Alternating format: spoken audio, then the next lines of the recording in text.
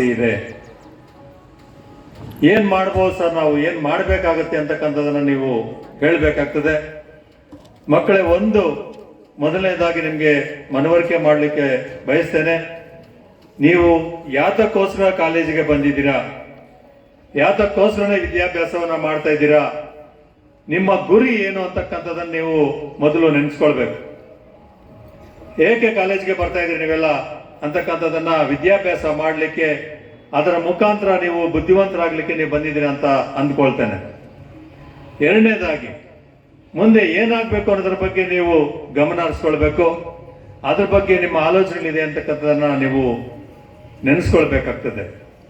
ಜೊತೆಗೆ ನಿಮ್ಮಿಂದ ನಾನು ಅಪೇಕ್ಷೆ ಪಡ್ತಕ್ಕಂಥದ್ದು, ನಿಮ್ಮ ಗುರಿ ಏನು ಸಾಧಿಸಲಿಕ್ಕೆ ಬಂದಿದ್ದೀರಾ ಆ ಗುರಿಯನ್ನು ಮುಟ್ಟಲಿಕ್ಕೆ ಸತತವಾದಂಥ ಪ್ರಯತ್ನ ಇರಬೇಕು. ನಿರಂತರವಾದಂಥ ಪ್ರಯತ್ನ ಇದ್ದರೆ ಮಾತ್ರ ನೀವು ಗುರಿ ಸಾಧನೆ ಮಾಡಲಿಕ್ಕೆ ಸಾಧ್ಯ ಆಗ್ತದೆ, ಅದನ್ನು ಮುಟ್ಲಿಕ್ಕೆ ಸಾಧ್ಯ ಆಗ್ತದೆ. ಬಹುಶಃ ನಿಮ್ಗೆಲ್ಲ ಅಂದ್ಕೊಳ್ತೀನಿ ನಾನು, ನಿಮ್ಗೆಲ್ಲರಿಗೊಂದು ಗುರಿ ಇದೆ, ಹೌದಾ? ವಿದ್ಯಾರ್ಥಿನಿಯರಿಗೆ ನೀವು PUC, ಸೈನ್ಸು, ಕಾಮರ್ಸು, ಆರ್ಟ್ಸ್ ಏನು ಓದ್ತಾ ಇದ್ದೀರಾ, ನಿಮ್ಗೊಂದು ಗುರಿ ಇದ್ದೇ ಇರಬೇಕು. ಇಲ್ಲ ಅಂತಂದ್ರೆ ಆ ಸಬ್ಜೆಕ್ಟ್ಸ್ ಅನ್ನು ತೆಗೆದುಕೊಳ್ತಾ ಇದ್ದಿಲ್ಲ. ನಿಜನಾ? ಇದೆಯಾ ಇಲ್ವಾ?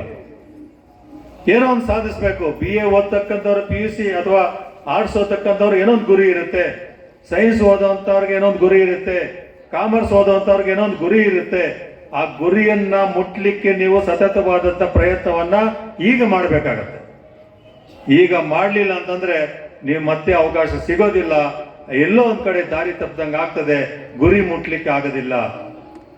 ಸರ್, ಎಲ್ಲರೂ ಗುರಿ ಮುಟ್ಲಿಕ್ಕೆ ಸಾಧ್ಯ ಆಗುತ್ತಾ ಅನ್ಬೋದು.